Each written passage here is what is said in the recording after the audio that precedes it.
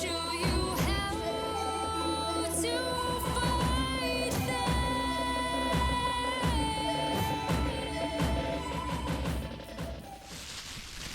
them. I got food for it. You know, huh?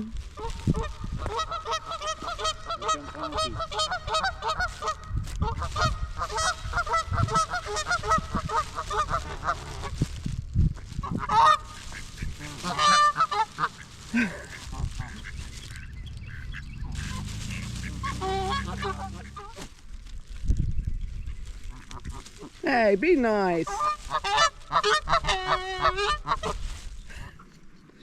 But this is where we're staying, so we thought it'd be fit to open it up here. So pretty. Beautiful day. It's Easter Sunday. So the story we're going to be talking about today is the story of Ellen Flannary and Floyd Frazier. Ellen Flannary and Floyd Frazier are Letcher County's most famous ghost stories.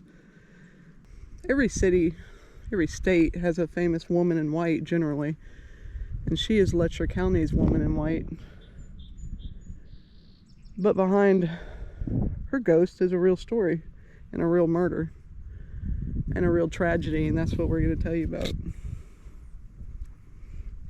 Ellen was a real person, and we've come here to tell her story for her. We can't bring her back, but we can bring her back in thought, if just for a little bit.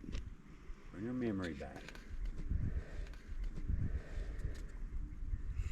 Ellen Mullins was born on May 11th, 1878 in Wise, Virginia, which is really close to us. She was the daughter of George Washington Mullins and Melinda Hubbard. She married Arthur Flannary in 1897. Arthur was born December 5th, 1873. They had 5 children together. He died about a year before she died.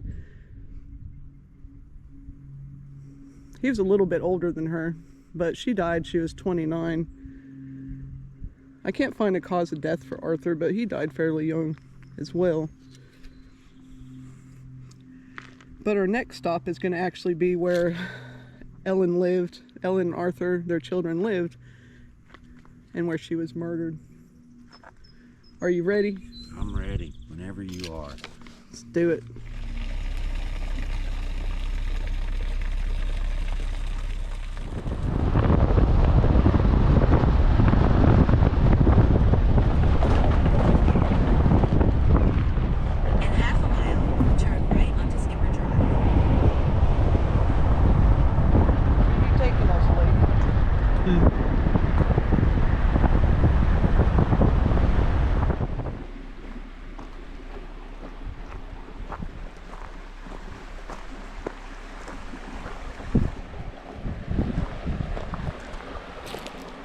So this is the creek in Creek Holler.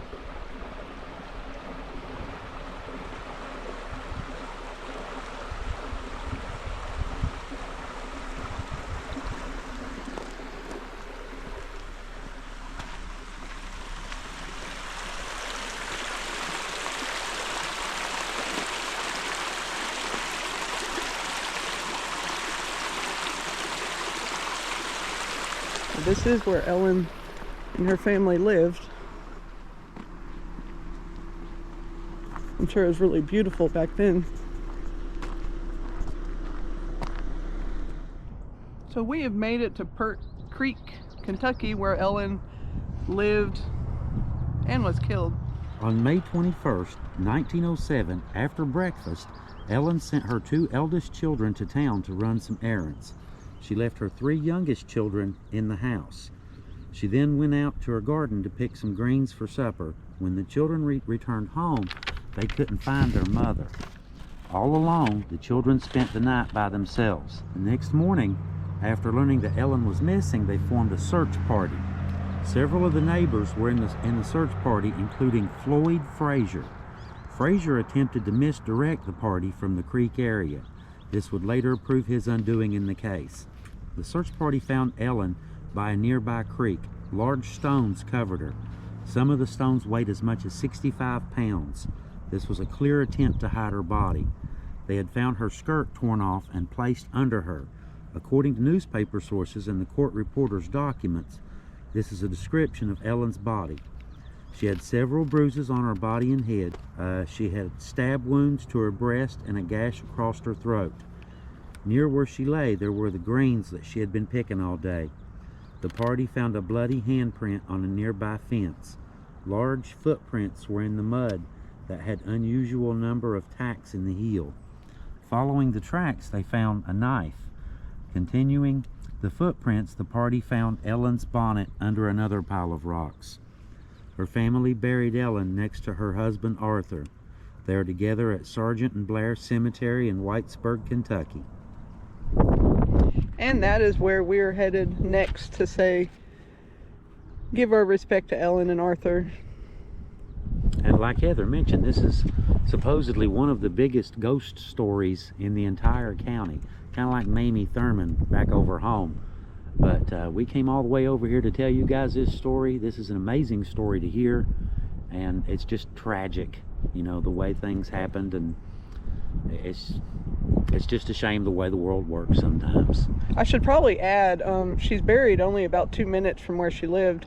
But she is known to be seen walking outside of Pert Creek up towards the cemetery around this area actually, and she's in all white, which, you know, all these, yeah, the woman in white, supposedly she's looking for her children, but you know, who knows, right? Who are we to say? Yeah, but this is Pert Creek right there and Pert Creek Road going up right there. We would have went up there. We went up there and looked, but it's really congested, a lot of houses and stuff, and we didn't want to stop in somebody's driveway and do this. Yeah, people don't know what we're doing when we pull up, yeah, and pull a camera out, and I mean, I don't know how anyone else would feel about someone coming really close to their house videoing and stuff, and you know, I don't think I'd be real thrilled about it, and they certainly don't assume you're YouTubers. So we just, you know, we're just trying to have fun, not get shot. Trespass.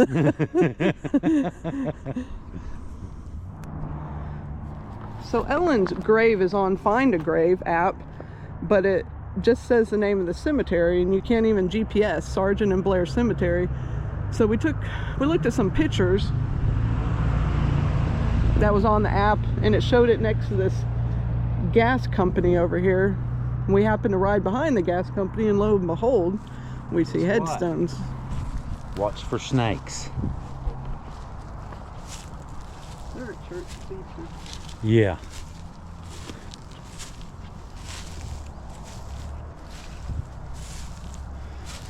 Another hill. Another day, another hill.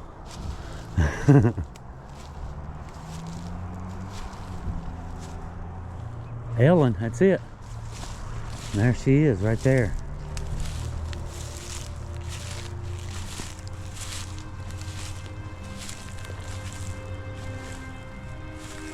The children came back, honey, after they grew up and put the gravestone there. Look at that. It says, by the children. Yeah. That's terrible. This woman was doing nothing wrong. She was just trying to feed her kids. That's all she was doing. Right there is her grave. The children. It says by the children on the headstone. So they must have, when they grew up, came back and put this up here.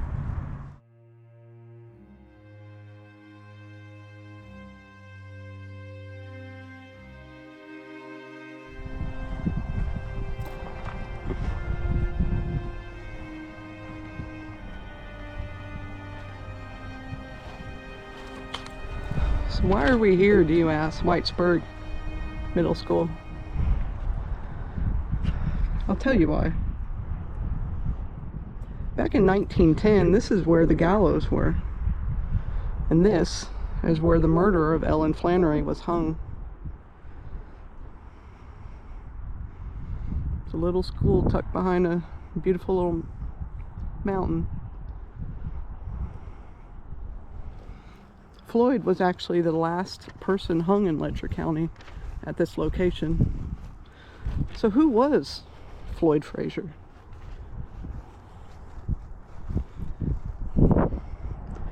When Floyd Frazier was hung here, May 19th, 1910, his last words were, Goodbye to everybody, forever and ever. My mother, oh Lord, oh Lord. Those were the last words heard from the lips of Floyd Frazier as Sheriff Cook severed the small cord that stood between him and eternity. He then said the awful remorse of his living was done. Floyd was only 21 when he killed Ellen. So why did he kill Ellen, and who was Floyd? Well, there's a couple theories on that. One was Floyd had a crush on Ellen Flannary. You know, she was 29, he was 21. Another one was that because he was from a prominent family, that he had a relationship with Ellen, and that his mother actually told him to get rid of her. We have no way of knowing what the truth is, but the end was the same. It cost both their lives. One innocent, one not so much. Floyd was born in 1886. There's no birth date listed. Floyd's mother and several others would testify that Floyd had mental issues, that he may have been mentally handicapped. He also had rage problems and would lash out without warning. According to papers, Frazier was a member of a prominent family in Letcher County. As we stated, he was 21 years old when this happened, and he actually helped lead the search party to find Ellen in the wooded area, trying to lead them away to make sure that she wasn't found, but it didn't work. So Floyd was brought to the old jail, which now sits behind the Sheriff's Department and Water Department in Letcher County. The parking lot. During the first trial held in January and February of 1908, one juror held out because they wanted life in prison for Floyd. 11 of the jurors voted for the death penalty, so this made a mistrial, and a second trial was scheduled. So after many retrials and attempts to escape, he finally faced the inevitable. He tried really hard to get out of it. His family tried to get him out of it. But in the end, the governor of Kentucky actually said it was such a heinous crime that he wasn't going to get out of it. The gallows stood on School Hill in Whitesburg at the time, at the site of the Whitesburg Elementary School, which is where we're at. West Whitesburg Elementary School. 5,000 people were in attendance from all over Letcher County and abroad. Can you imagine 5,000 people? It's a lot of people. Floyd Frazier was 23 years old when he had his date with the gallows on May 19th, 1910 at 1:30 p.m. Floyd is buried at Hop Gibson Cemetery located in Cowan, Kentucky. It's marked by a mere rock. Pretty fitting, I think. I have seen an updated plaque marker that has his name on it. Looks like somebody recently put that up there. If we can find the cemetery, we're going to go check it out, but this one, again, has no physical address. So we will see what happens. If we find it, then you'll see us in a couple minutes, but if we don't, thank you for joining us on this beautiful Easter day in Whitesburg, Kentucky, and we will see you next on the Hillbilly Files. Wild green onions. Yum.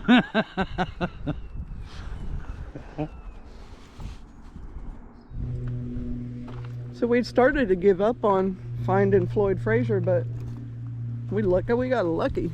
We came right across it as we were leaving to do another video. It's a pretty cemetery. This looks like the older section here. A couple of those vaults look pretty old too. There's a rock with a flat plate. Floyd Frazier, that's him. Right here. And there's the original rock marking the grave and the stone that was added later. Floyd Frazier doesn't have a birth date, has a birth year, 1886 to May 19th, which we know that day, May 19th, 1910, put here by the Letcher County Historical Society. put this up here. That's interesting. It wasn't family. Family usually does that stuff. That's interesting, isn't it? Mm-hmm.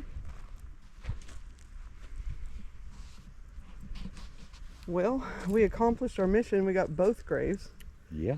This is a really pretty cemetery. It looks well taken care of. And Fenced. this is Floyd Frazier. Yeah.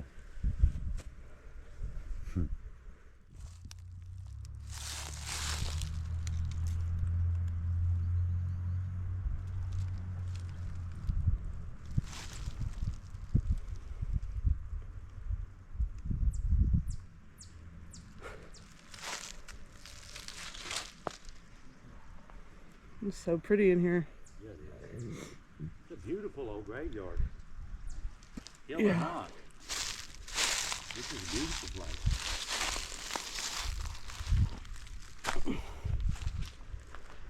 Everything inside the fence is nice and neat. Oh, this is his mother. Nan. Nan Adams. That's Floyd's mother. 1860, 1954, she was the sunshine of our home. Floyd wasn't. So she lived 40 years after her son. And then Maggie Lee Adams, 1905 to 1963. Thy life was beauty, truth, goodness, and love. And then Jack Adams here, 1902, 1977. Zach Adams. Look at this. This is cool look at that looking. one. Minnie Adams, 1886 to 1887. That's I bet a that was a really lamb on top of that. Somebody did a really good job on it, didn't yeah. Little creek back here. Oh, look at the rock formation back there. How pretty is that? Yeah. Beautiful place. Little pine trees. And, Dogwood. yeah. Beautiful, isn't it? Those blossoms smell great too. You ever smell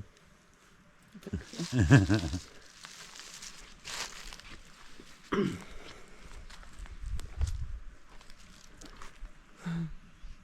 Stop and smell the flowers. That's right. Every now and then you need to take a whiff. Dogwood blossoms.